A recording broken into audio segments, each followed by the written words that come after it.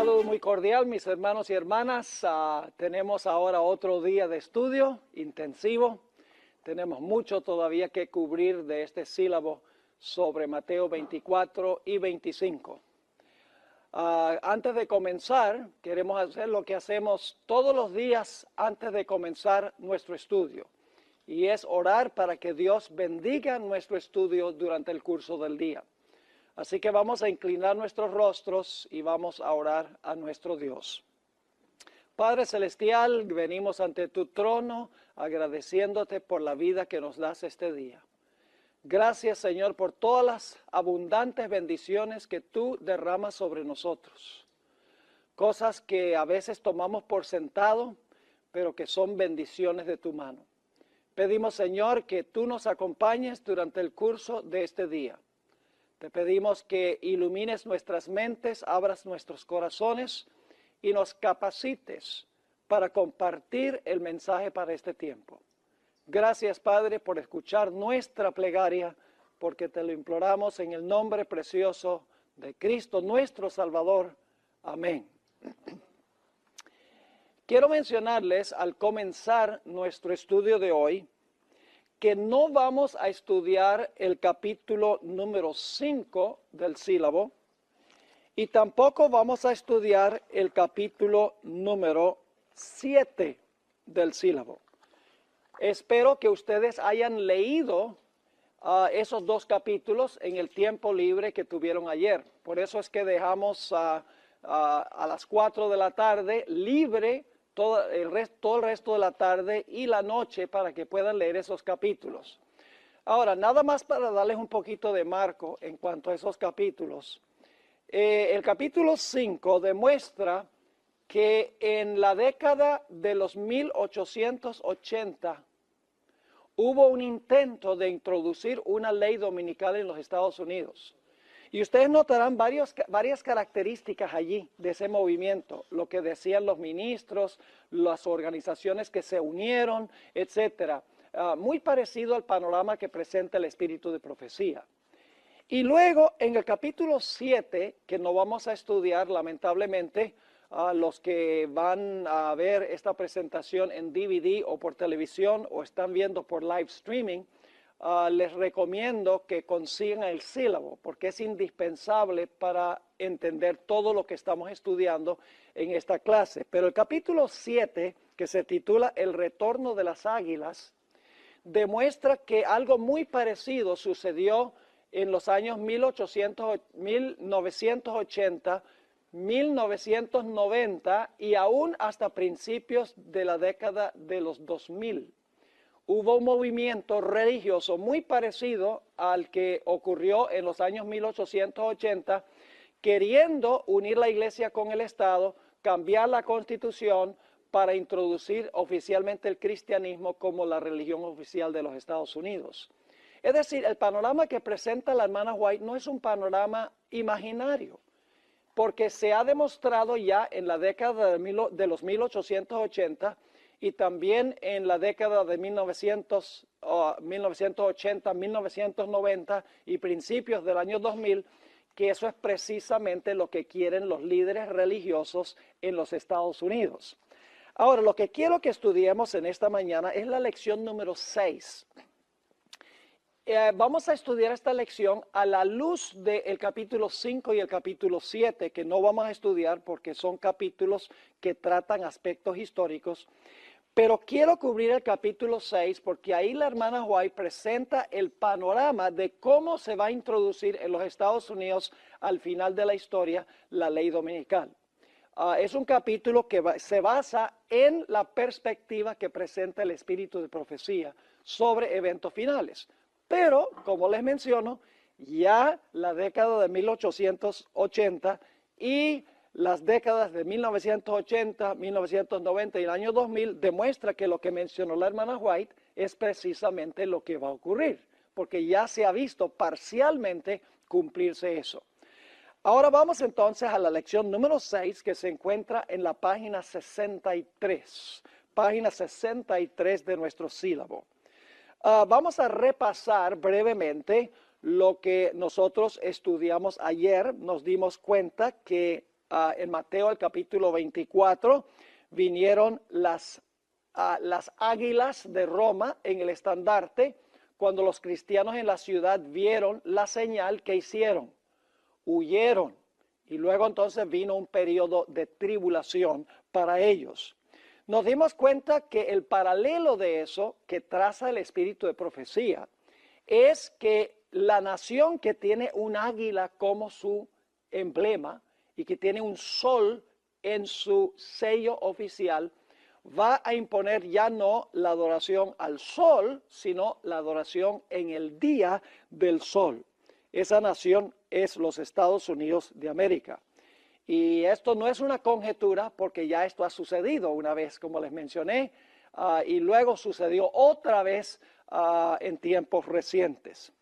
Ahora, no voy a tratar el subtítulo ¿Por qué no se impuso la ley dominical en 1888? Ustedes pueden leer esa sección. Sencillamente voy a mencionar que hay dos razones por las cuales en 1888 finalmente no hubo una ley dominical. Aunque se llevó ante el Senado y se quería una ley dominical, no se materializó por dos razones. Número uno, porque la iglesia no estaba preparada. La ley dominical está vinculada con el derramamiento de la lluvia tardía y el fuerte clamor de Apocalipsis 18. La iglesia en ese tiempo no estaba preparada para eso. Es más, la iglesia rechazó el mensaje de 1888. Así que Dios no pudo cumplir todas las profecías como nosotros conocemos como adventistas. La segunda razón es que el mundo tampoco estaba preparado. El evangelio no se había predicado a todo el mundo. Los eventos del mundo no se prestaban para el cumplimiento de la profecía de la ley dominical en la década de los 1880. Lo que quiero hacer ahora es ir al pie de la página 64 y vamos a mirar el panorama profético del espíritu de profecía de cómo se va a implementar en los Estados Unidos la ley dominical. Y recuerden, ustedes van a notar, si leyeron esos dos capítulos, el 5 y el 7, inmediatamente se van a dar cuenta que lo que voy a mencionar ya ha sucedido antes en los Estados Unidos. Así que no es nada nuevo. Y va a suceder otra vez. Y yo creo que la próxima vez que se esté presionando por una ley dominical, ya no se va a suspender el intento. Creo que ya se va a implementar la ley dominical que dos veces anteriormente no se materializó. Así que vamos a ir por este material. En primer lugar, tenemos un resumen del panorama que presenta la hermana White. Y luego vamos a especificar leyendo algunas citas del espíritu de profecía. Vamos a seguir el material como lo encontramos en el sílabo. Según el espíritu de profecía, el gobierno de los Estados Unidos va a ser una imagen del papado al unir la iglesia con el Estado. Ustedes saben lo que es la imagen de la bestia, ¿verdad? La bestia es el papado. Una imagen de la bestia significaría una representación parecida a la iglesia romana. Ahora, ¿qué caracteriza al papado? Hay muchas cosas que ha hecho el papado, muchas características, pero hay una característica fundamental del papado y es que une la iglesia con el Estado. Es una iglesia y un Estado. Por eso puede usar poder político para imponer sus creencias religiosas. Es decir, la imagen de la bestia en los Estados Unidos significa que en los Estados Unidos se va a usar el Estado por parte de la iglesia para imponer observancias religiosas. En segundo lugar, las iglesias protestantes de los Estados Unidos, según el Espíritu de Profecía, convergerán en puntos de doctrina que tienen en común. No se unirán para establecer una sola iglesia, sino que se unirán con una misma causa. ¿Me están entendiendo lo que estoy diciendo? Es decir, no debemos esperar una mega iglesia, una sola denominación en los Estados Unidos. No, lo que va a suceder es que todas las iglesias se van a unir en puntos comunes de doctrina. Y si ustedes leyeron el capítulo 5 y el capítulo 7, ya vieron que este es el argumento que se usó dos veces. En tercer lugar, el Espíritu de Profecía nos dice que se hará un intento de cambiar o enmendar la Constitución de los Estados Unidos. lo que hoy se consideraría inconstitucional, que es una ley dominical y una ley antisabática, se declarará constitucional. Es decir, leyes inconstitucionales, la Corte Suprema las va a declarar constitucionales. La bestia con cuernos de cordero, que representa libertad civil y libertad religiosa, hablará como un ¿qué? Hablará como un dragón. Y la gente dice, ¿cómo es que los Estados Unidos pueden tener esta idea de libertad civil y religiosa, separación de iglesia y Estado, y creer uno que va a llegar el momento en que va a repudiar la Constitución y va a unir la iglesia con el Estado? Eso sería inconstitucional. Pero en Apocalipsis 13 tenemos la contradicción. Es una bestia que tiene cuernos como de cordero, pero habla como un dragón al mismo tiempo. Es decir, la bestia de la tierra tiene las dos características, mientras que profesa una cosa, en realidad en la práctica hace otra. Otro punto, en la parte de arriba de la página 65, el Espíritu de Profecía nos dice que por no guardar el domingo como día de reposo, el remanente será culpado por los problemas que existen en el mundo natural, en el mundo social y en el mundo religioso. Se repetirá lo que ocurrió en los días de Elías. ¿Recuerdan en los días de Elías, cuando Elías vino a Acab y Acab le dijo, ¿eres tú el que alborotas a Israel? Estaban buscando a Elías, culpándolo, diciendo, si podemos deshacernos de él, todo estará bien, regresará la prosperidad. Sucederá también lo que hizo Nerón con los cristianos, cuando dijo que el declive del imperio se debía a los cristianos que estaban en el imperio. Entre 1864 y 1888, que fue la primera vez que procuraron implementar una ley dominical, la intranquilidad social que existía era por causa de la guerra civil. Ustedes saben que una guerra civil que desbarató en gran medida los Estados Unidos, dividió el norte del sur, murieron centenares de miles de ciudadanos de los Estados Unidos en esta guerra civil, y eso en realidad fue la turbulencia que existió en ese tiempo. Luego encontramos que el Espíritu de Profecía dice que los legisladores de los Estados Unidos, a fin de ganar el favor del pueblo, van a apoyar una ley dominical. Es decir, que los legisladores no van a estar de acuerdo en su corazón con la ley dominical, por lo menos muchos no van a estar de acuerdo. Pero por la presión del pueblo, los ministros mayormente sobre el pueblo, ellos van a acceder a una ley dominical por no perder su puesto político. Se va a repetir lo que sucedió con Poncio Pilato. Yo tengo una presentación sobre los eventos finales de Jesús y demuestro cómo en los días de Jesús se unió la iglesia con el poder civil. La iglesia apóstata judía apeló al gobierno romano para crucificar al Señor Jesucristo. Y Pilato 4 veces públicamente dijo, este hombre es inocente, este hombre no tiene ninguna culpa. Y sin embargo Pilato lo condenó. El líder político instigado por la iglesia condenó a Jesús por no perder su puesto político. Dijo, el pueblo le dijo, si tú no condenas a este hombre, no eres amigo de César. Es decir, te vamos a acusar con César y César te va a quitar de tu puesto político. Es interesante estudiar los eventos finales a la luz de los eventos finales de Jesús. Se va a repetir al pie de la letra lo que pasó con Jesús, con su pueblo también. Siguiente punto. Algunos congresistas apoyarán la ley dominical no por convicción, sino por temor a perder su posición política. Ahora escuchen bien.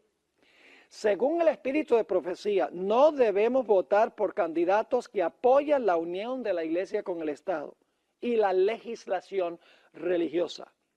Dice ella que si votamos por tales candidatos, seremos responsables ante Dios por los pecados que cometen mientras ocupan su puesto político.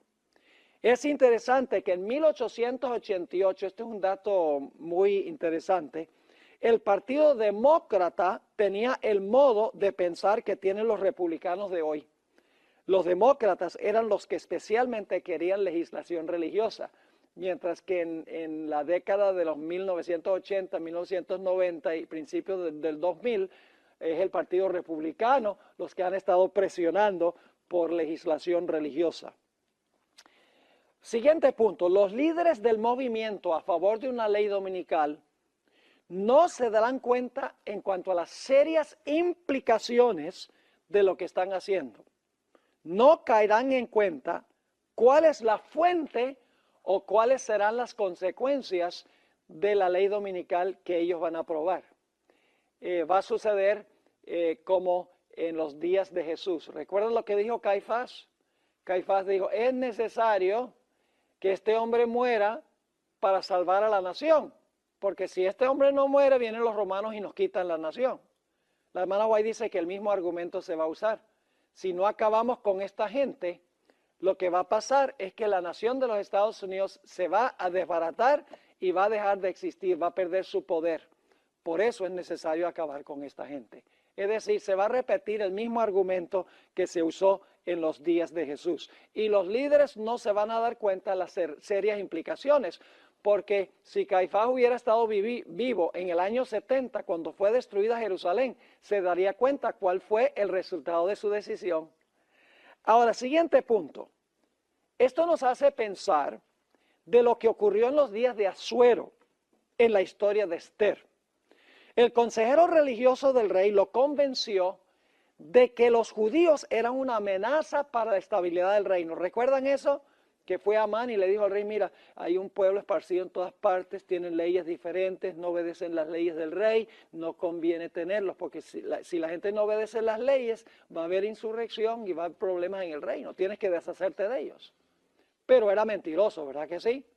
¿Qué sucedió cuando el rey Asuero se despertó y se dio cuenta que su consejero lo estaba engañando? Se llenó de ira, fue contra el que lo había aconsejado mal. Eso mismo va a suceder al final de la historia. En Apocalipsis 17, 16 dice que los reyes con quienes fornicó la ramera se levantarán contra la ramera y la harán desolada, desnuda. Comerán sus carnes y la quemarán con fuego. Es una forma de decir que van a estar bien bravos con ella. En realidad es el castigo que se le daba a una prostituta en el Antiguo Testamento. El siguiente punto, los protestantes le pedirán a los católicos que apoyen la ley dominical nacional. A veces pensamos que son los católicos que le van a decir a los protestantes que ellos impongan una ley dominical, y eso puede tener un elemento de verdad, pero los protestantes van a pedirle a los católicos que apoyen en los Estados Unidos una ley dominical según el espíritu de profecía. No serán los católicos los que persuadan a los protestantes, sino los protestantes que persuadirán a los católicos. Por eso es que la segunda bestia de Apocalipsis 13 hace una imagen de la primera bestia para favorecerla y ayudarla a recuperar su poder. Al pie de la página, la ley dominical con el transcurso del tiempo se convertirá en una ley antisabática. Es decir, al principio va a ser una ley dominical, todos tienen que guardar el domingo, pero finalmente lo que sucederá es que harán una ley que prohíba también guardar el sábado.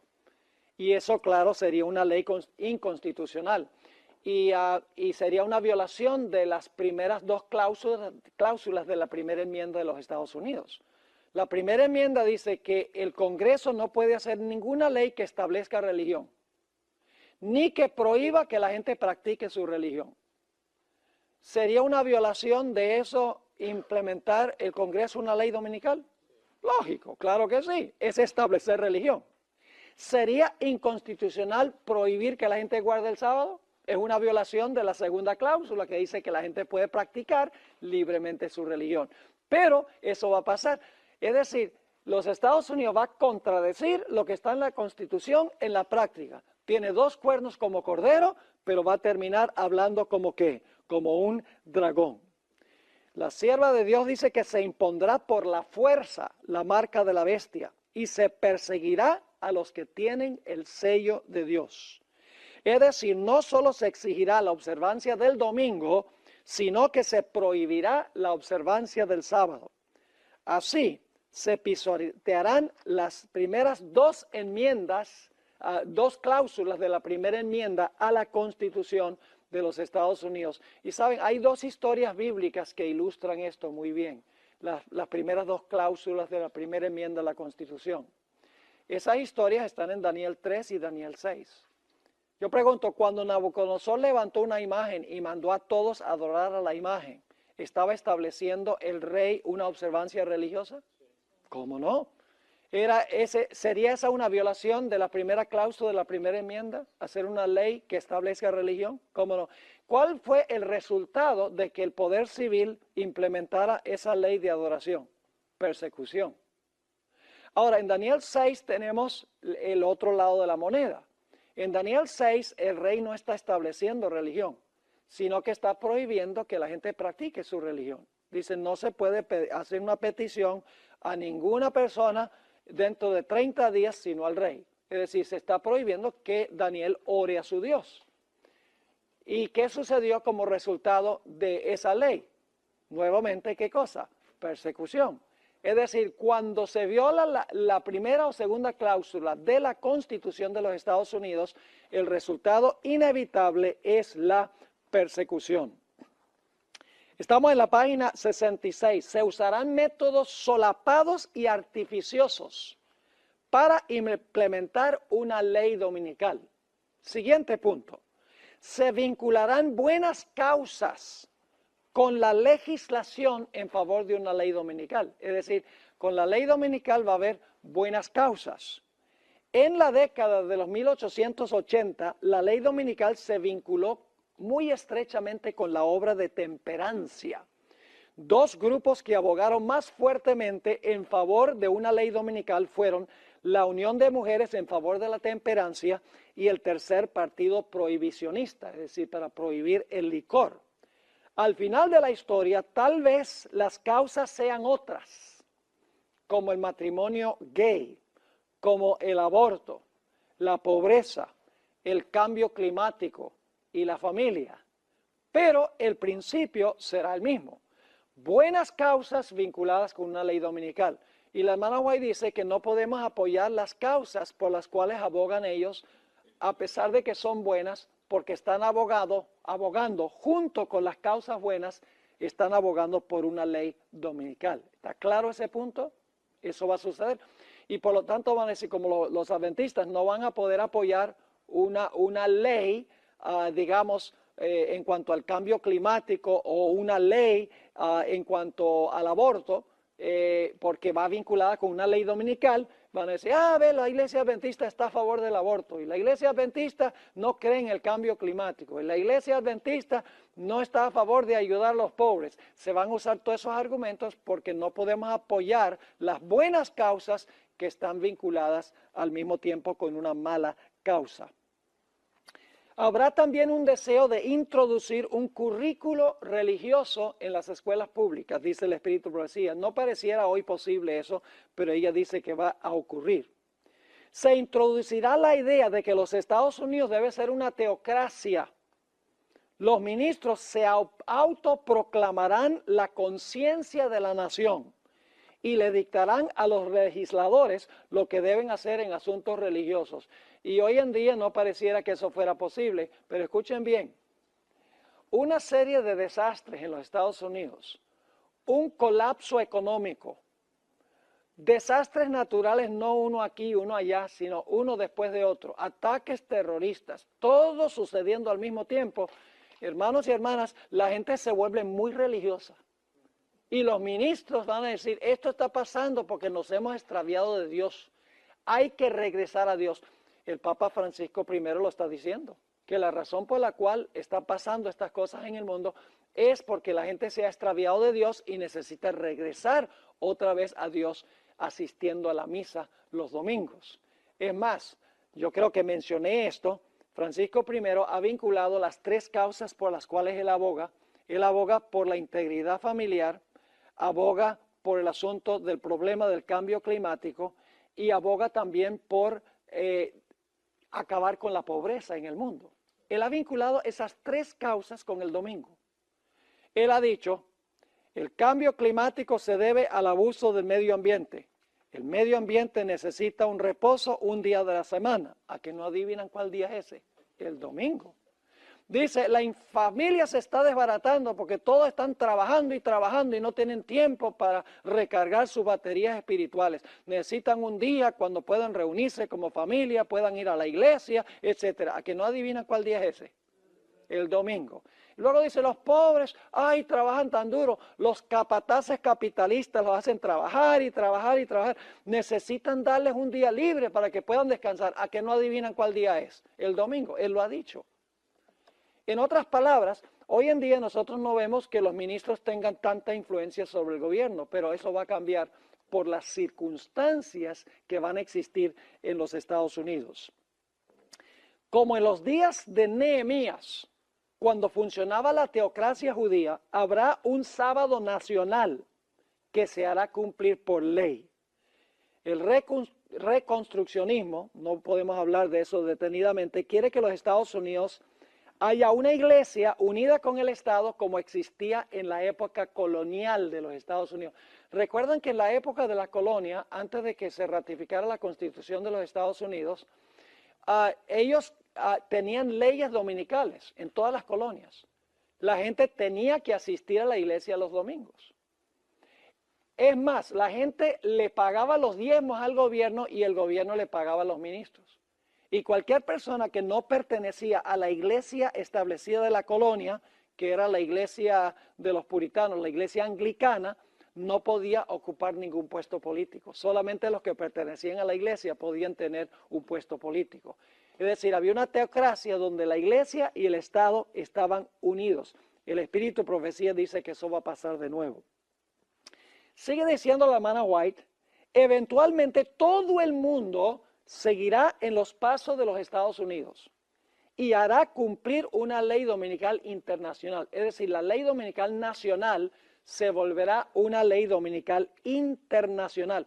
Apocalipsis 13:3 dice que todo el mundo se maravilló en pos de la bestia. Esto parece imposible ahora con los musulmanes, los budistas y los hindúes, pero sucederá. Y ustedes dicen, ¿cómo va a suceder? Los milagros a nivel global, el aumento de la criminalidad, el terrorismo, el deseo de eliminar la pobreza y los desastres naturales por causa del cambio climático harán que todos cooperen por salvar al mundo de la ruina.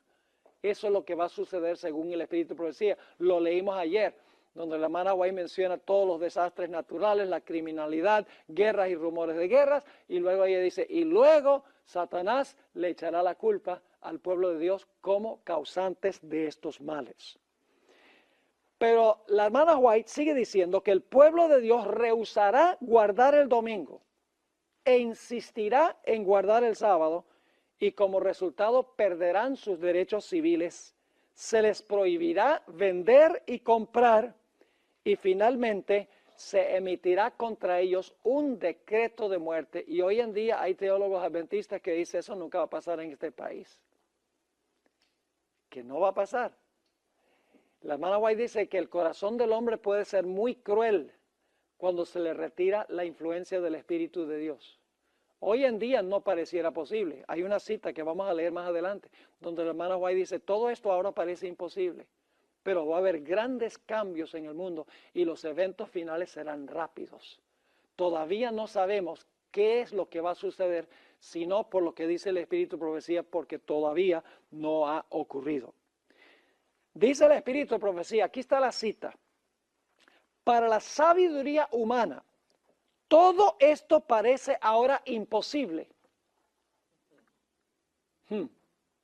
Pero a medida que el espíritu refrenador de Dios se retire de los hombres y estos sean dominados por Satanás, que aborrece los preceptos divinos, se verán cosas que muy extrañas, muy cruel puede ser el corazón humano cuando se le retiran el temor y el amor de Dios.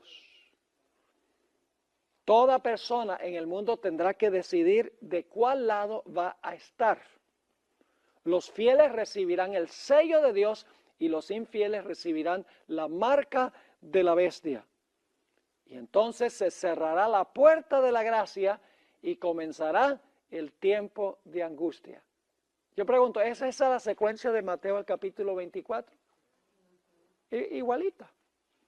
Hemos estudiado ayer la secuencia de eventos que nos llevan hasta el tiempo de angustia. El panorama que presenta el Espíritu de Profecía sigue la exacta secuencia de Mateo el capítulo 24. Es impresionante. Ahora, no hemos estudiado el tiempo de angustia, no hemos estudiado la falsificación de Satanás de la segunda venida, no hemos estudiado de la gran tribulación, no hemos estudiado en cuanto a las señales en el sol, la luna y las estrellas. Eso es lo que tenemos que estudiar hoy y tenemos que estudiar en los dos temas que tenemos mañana.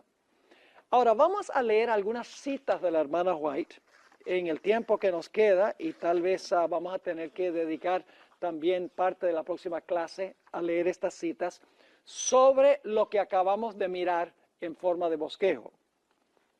El Espíritu de Profecía es muy definitivo cuando se trata de que en los Estados Unidos se va a unir la iglesia con el Estado. La hermana White repetidas veces dice eso. Vamos a leer aquí algunas citas, no podemos leer todas estas citas porque no nos alcanza el tiempo, pero vamos a leer algunas representativas. En el Conflicto de los Siglos, página 437, dice la sierva del Señor, semejante actitud, es decir, enmendar la Constitución, sería abiertamente contraria a los principios de este gobierno, al genio de sus instituciones libres, a los claros y solemnes reconocimientos contenidos en la Declaración de Independencia y contrarios finalmente a la Constitución. Es decir, unir la iglesia con el Estado sería contrario a la Constitución. Los fundadores de la nación procuraron con acierto que la iglesia no pudiera hacer uso del poder civil, con los consabidos e inevitables resultados, la intolerancia y la persecución. Fíjense, los fundadores dijeron, la iglesia no va a poder usar el poder civil, porque eso es lo que había hecho el papado durante los 1260 años. Sigue escribiendo, la Constitución garantiza que el Congreso no legislará con respecto al establecimiento de una religión, ni prohibirá el libre ejercicio de ella, y que ninguna manifestación religiosa será jamás requerida como condición de aptitud para ninguna función o cargo público en los Estados Unidos. Y luego dice esto, solo en flagrante violación de estas garantías de libertad de la nación es como se puede imponer por la autoridad civil la observancia de cualquier deber religioso. ¿Están captando lo que está diciendo? ¿Sería una violación de la Constitución de los Estados Unidos una ley dominical? Cualquier niñito puede entender eso. Claramente. Porque la Constitución prohíbe que se establezca alguna observancia religiosa. Y prohíbe que el Congreso haga una ley que impida que la gente practique su religión. Pero es que la bestia dice que tiene dos cuernos como de cordero, es decir, en la Constitución se van a preservar esas ideas de libertad civil y religiosa, pero en la práctica se van a violar esos principios. En el Conflicto de los Siglos, página 567, dice la sierva del Señor, Roma tiene su mira puesta en el ¿qué? ¿Qué significa restablecer? ¿Usted puede restablecer algo que ya está establecido? No. ¿Qué quiere decir restablecimiento? Significa que en algún momento perdió su poder, ¿sí o no? ¿Cuándo perdió su poder? Cuando recibió la herida mortal. Roma tiene su mira puesta en el restablecimiento de su poder y tiende a, ¿qué cosa? Recuperar, fíjense las palabras que se usan, recuperar su supremacía perdida. Establezcase en los Estados Unidos el principio de que la iglesia puede emplear o dirigir el poder del Estado, que las leyes civiles pueden hacer obligatorias las observancias religiosas. En una palabra, que la autoridad de la iglesia con la del Estado debe dominar las conciencias y el triunfo de Roma quedará asegurado en la gran república de la América del Norte. Esa cita es muy significativa. Noten la siguiente cita, Conflicto de los Siglos 601.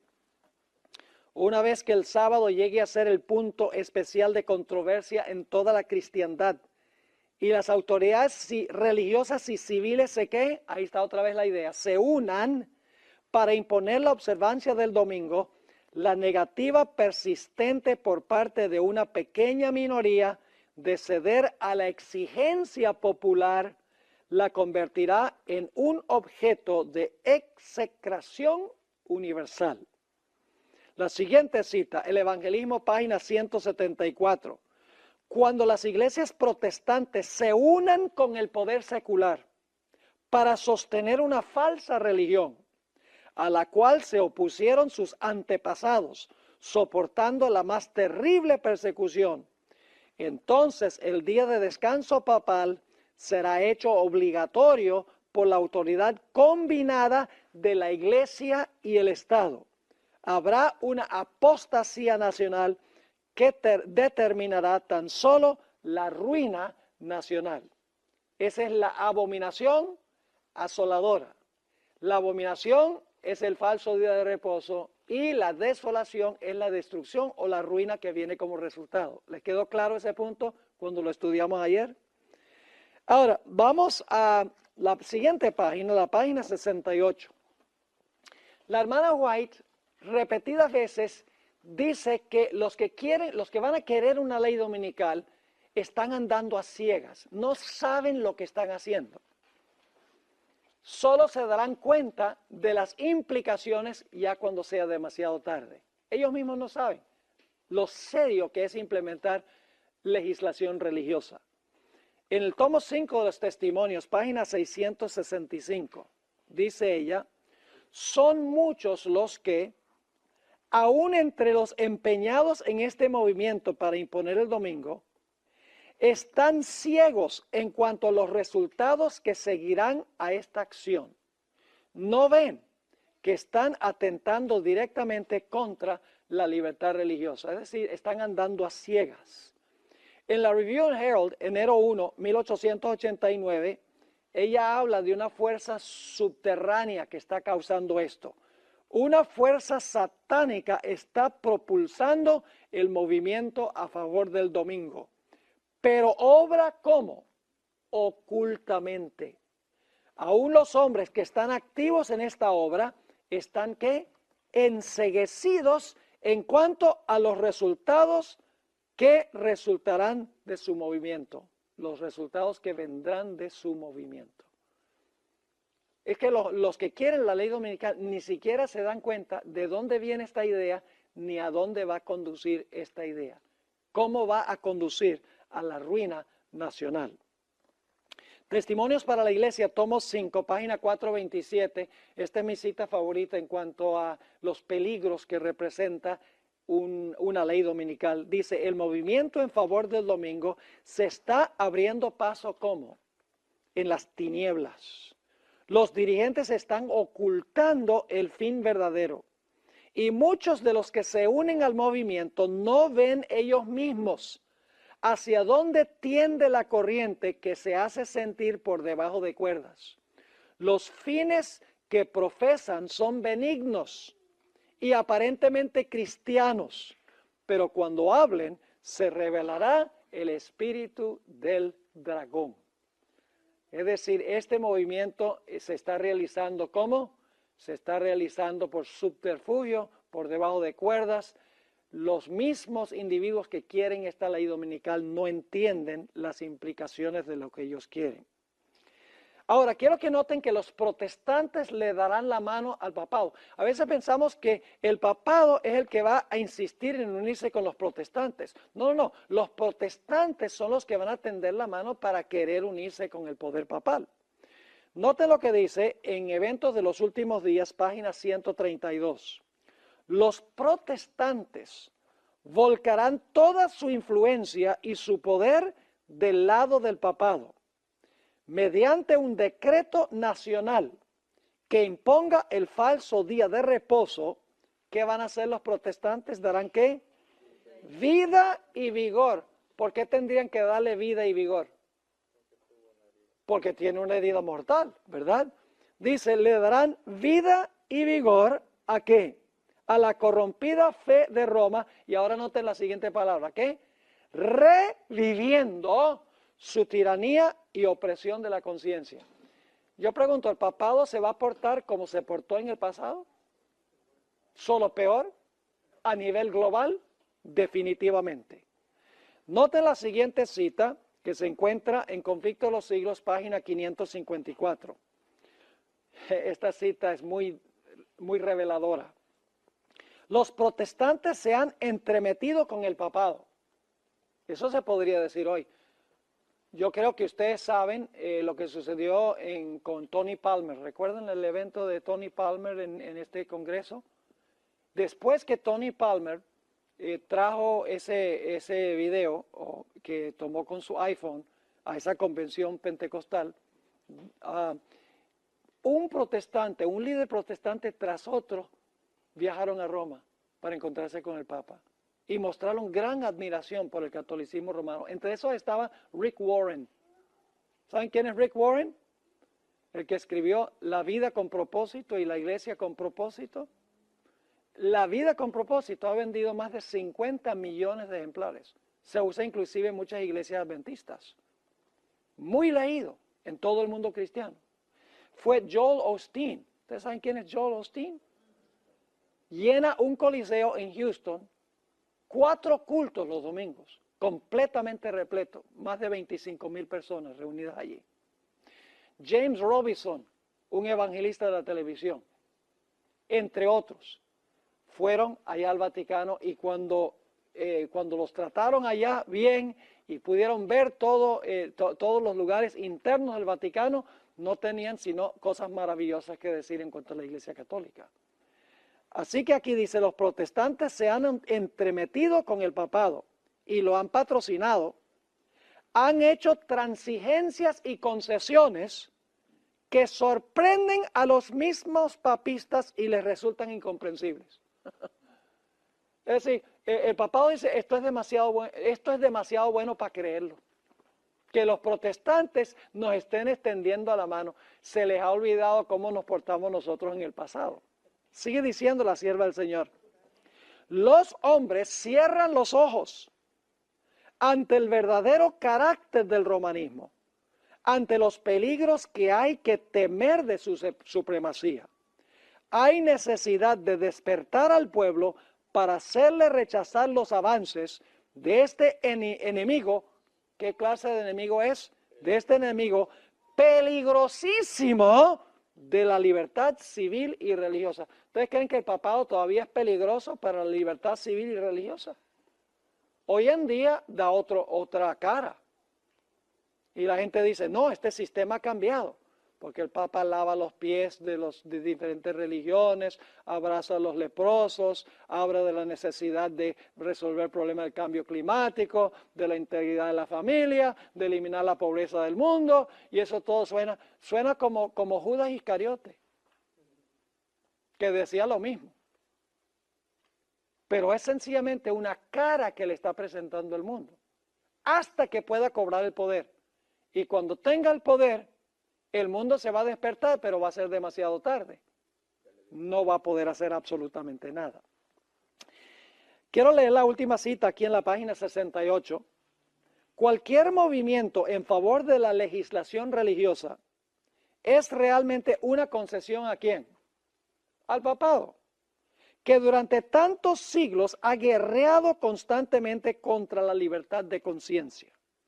La observancia del domingo debe su existencia como supuesta institución cristiana al misterio de iniquidad y su imposición será un reconocimiento virtual de los principios que constituyen la misma piedra angular del romanismo. Cuando nuestra nación abjure de tal manera los principios de su gobierno que promulgue una ley dominical, en este acto el protestantismo dará la mano al papismo. ¿Quién es el que le está dando la mano a quién? Los protestantes y los católicos dicen esto, yo no puedo creer esto. Esto está demasiado bueno.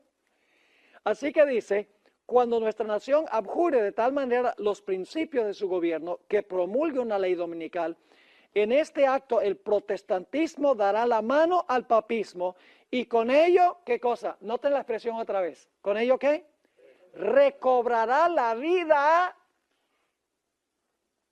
la tiranía que durante largo tiempo ha estado aguardando ávidamente su oportunidad de ¿qué? De resurgir en activo despotismo. Y hoy en día la gente dice, no, el papado ha cambiado, eso nunca puede pasar. El pastor Boris es un alarmista. Los que están predicando esto, ellos no se dan cuenta que el papado hoy no es el mismo papado del pasado. Mis hermanos y hermanas deben preguntarles, ¿cuántos dogmas ha cambiado la Iglesia Católica? ¿Todavía dice que el domingo es el día de reposo? ¿Todavía dice que hay que confesar los pecados del sacerdote? ¿Todavía dice que Cristo es sacrificado en la misa? ¿Todavía enseña que debemos bautizar infantes? ¿Todavía enseña que los sacerdotes no se pueden casar? ¿Todavía enseña todos los dogmas que siempre ha enseñado? Sí. ¿Qué cambio ha habido? Un cambio cosmético. Ha habido un cambio, un facelift, decimos en inglés. Ha tenido cirugía plástica, pero por dentro es el mismo sistema que gobernó el mundo durante los 1260 años. Ahora, el siguiente punto es que la hermana White dice que se van a unir en puntos comunes de doctrina, los protestantes. Mire, Rick Warren dijo, el papado y nosotros, en los puntos comunes de doctrina, somos iguales. Así mismo lo dijo, entre otros líderes protestantes de hoy en día. La hermana White profetizó en el Conflicto de los Siglos, página 439, muchos consideran la gran diversidad de creencias en las iglesias protestantes como prueba terminante de que nunca se procurará asegurar una uniformidad forzada. Pero desde hace años se viene notando entre las iglesias protestantes un poderoso y creciente sentimiento en favor de una, ahora fíjense esto, de una unión basada ¿en qué? En puntos comunes de doctrina. Eso está pasando hoy en día. Para asegurar tal unión, debe necesariamente evitarse toda discusión de asuntos en los cuales todos no están de acuerdo, por importantes que sean desde el punto de vista bíblico. Es decir, no hablemos sobre las doctrinas que nos distinguen, hablemos de lo que tenemos en común y unámonos. Yo pregunto, en los días de Jesús, ¿había muchas diferentes denominaciones judías? Sí, estaban los fariseos y los saduceos, los esenios, los celotes, los herodianos. Había muchas diferentes sectas. Pero yo pregunto, cuando se trató de eliminar a Jesús, ¿echaron a un lado todas sus diferencias y se unieron con un mismo fin? ¿Cómo no? ¿Y qué nos hace pensar que no va a pasar lo mismo en el futuro? Aquí hay otra cita, página 439 también. Cuando las iglesias principales de los Estados Unidos, uniéndose en puntos comunes de doctrina, influyen sobre el Estado para que impongan los decretos y las instituciones de ellas, entonces la América protestante habrá formado una imagen de la jerarquía romana y la inflicción de penas civiles contra los disidentes vendrá de por sí sola. En el Conflicto de los Siglos 551, la sierva de Dios dice también, entre los protestantes está ganando terreno la opinión de que al fin y al cabo, en los puntos vitales, las divergencias no son tan grandes como se suponía y que unas pequeñas concesiones de su parte los pondrían en mejor comprensión con Roma. Tiempo hubo.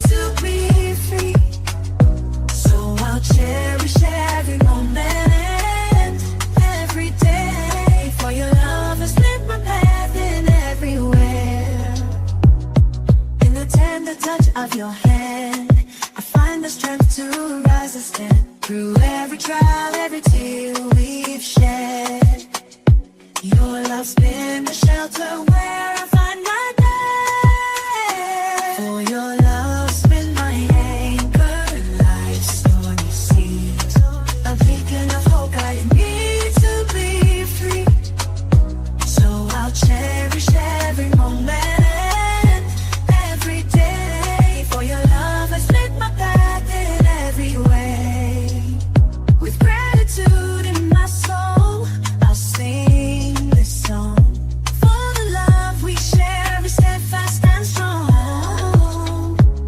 aunque los protestantes estimaban altamente la libertad de conciencia adquirida a costa de tantos sacrificios, enseñaban a sus hijos a tener en aborrecimiento al papado y sostenían que tratar de congeniar con Roma equivaldría a traicionar la causa de Dios. Pero cuán diferentes son los sentimientos expresados hoy.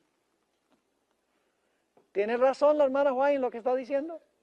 Oh, ¿cómo no? Si están ustedes leyendo los periódicos, se van a dar cuenta que esto es precisamente lo que está pasando. Los protestantes miran muy favorablemente el papado hoy en día, porque creen que el papado ha cambiado. Ahora, ¿qué papel jugará el clero?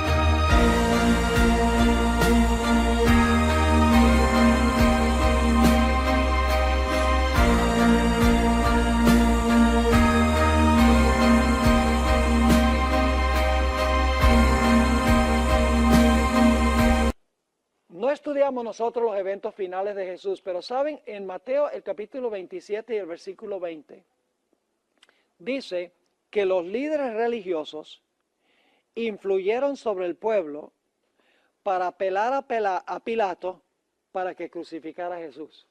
Es decir, ¿quiénes están detrás de todo esto? Los líderes espirituales, los ministros.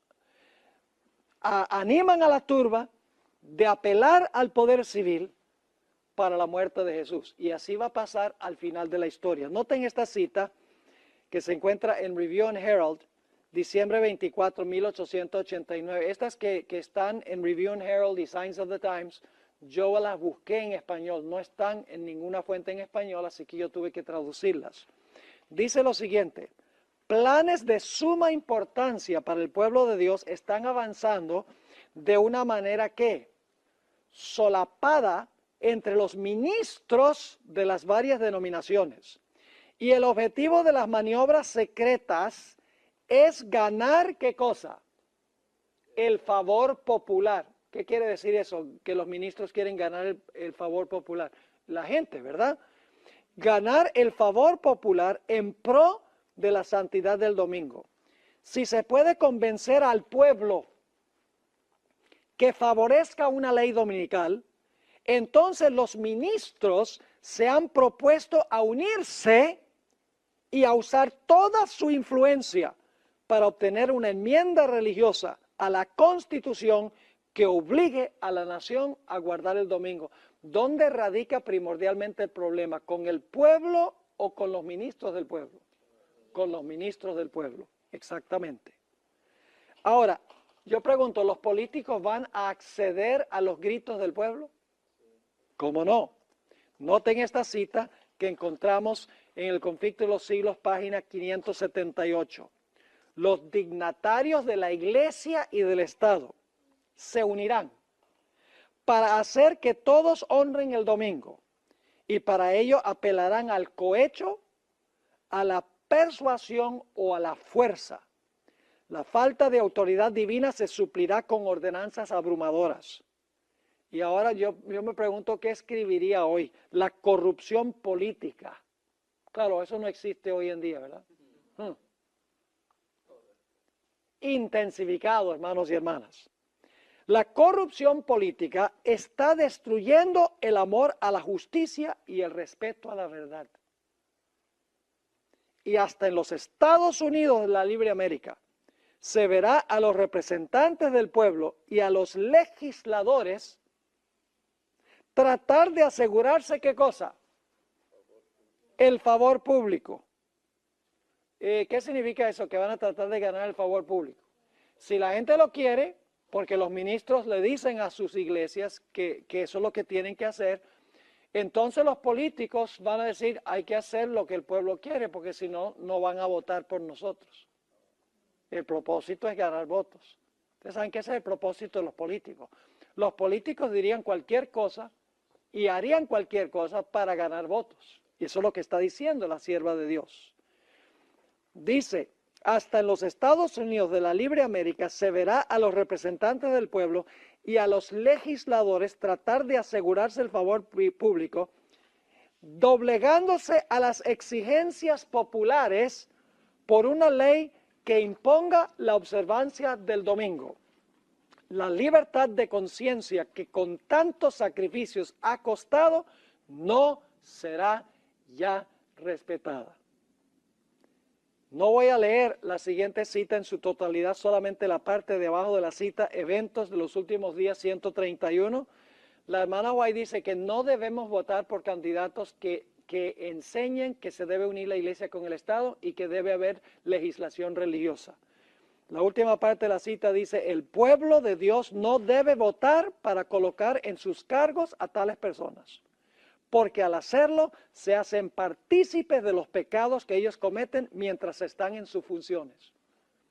No hay ningún problema con que votemos, pero tenemos que estar seguros por quién estamos votando y qué cree realmente la gente por quienes estamos votando. Hay que hacer investigación. Es decir, no solamente debemos votar porque un candidato es más simpático o porque dice cosas que nos gusta escuchar. Hay que hacer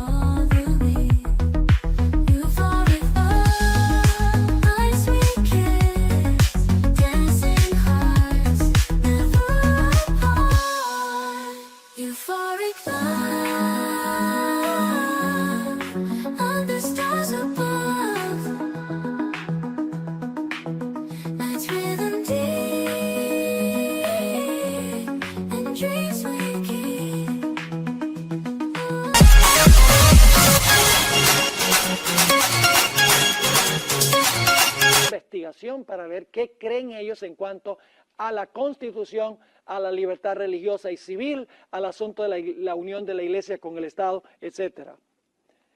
La hermana White también dijo que no debemos nosotros votar por candidatos que quieren introducir un currículo religioso en las escuelas públicas. Dice ella, hablando de lo que querían hacer en la década de los 1880, esto está en el Watchman, mayo 1, 1906, el esfuerzo que hace ahora la iglesia por convencer al Estado que introduzca la enseñanza del cristianismo a las escuelas públicas no es sino un reavivamiento de la doctrina de obligación en asuntos religiosos y como tal es anticristiana. Y ustedes dicen, pero ¿por qué sería anticristiana? Yo les pregunto esto. si en la Constitución se pusiera que esta es una nación cristiana, ¿sería esa una violación de la primera enmienda de la Constitución? ¿Sería establecer una religión? Claro. ¿Sería inconstitucional entonces? ¿Cómo no? Introducir a currículo cristiano en las escuelas públicas, que son financiadas por el gobierno, ¿sería inconstitucional? Claro. ¿Y qué pasa con los niños budistas que van a la escuela pública? ¿Qué pasa con los niños musulmanes que van a la escuela pública? ¿Qué sucede con los niños de otras religiones que van a la escuela pública? Entonces, ¿a ellos hay que inculcarles la religión cristiana? No, sería inconstitucional. Y la hermana White lo entendió. Ahora, no significa por eso que estamos en contra del cristianismo. Pero ¿dónde se debe enseñar el cristianismo? Se debe enseñar en el hogar, se debe enseñar en la iglesia. Y si nuestros miembros estuvieran mandando a sus hijos a las escuelas de iglesia, no tendrían ese problema. Nunca fue el plan de Dios que nosotros enviáramos nuestros hijos a las escuelas públicas. Dios quería que tuviéramos nuestro propio sistema de escuelas adventistas donde se pudiera inculcar la forma de pensar de la iglesia adventista, pero hoy en día los padres dicen es mucho mejor mandarlos a las escuelas públicas porque sale gratis, pero a la larga les va a salir bien caro, porque muchos padres pierden a sus hijos. Continuaremos pues estudiando lo que dice la hermana White en la siguiente sesión.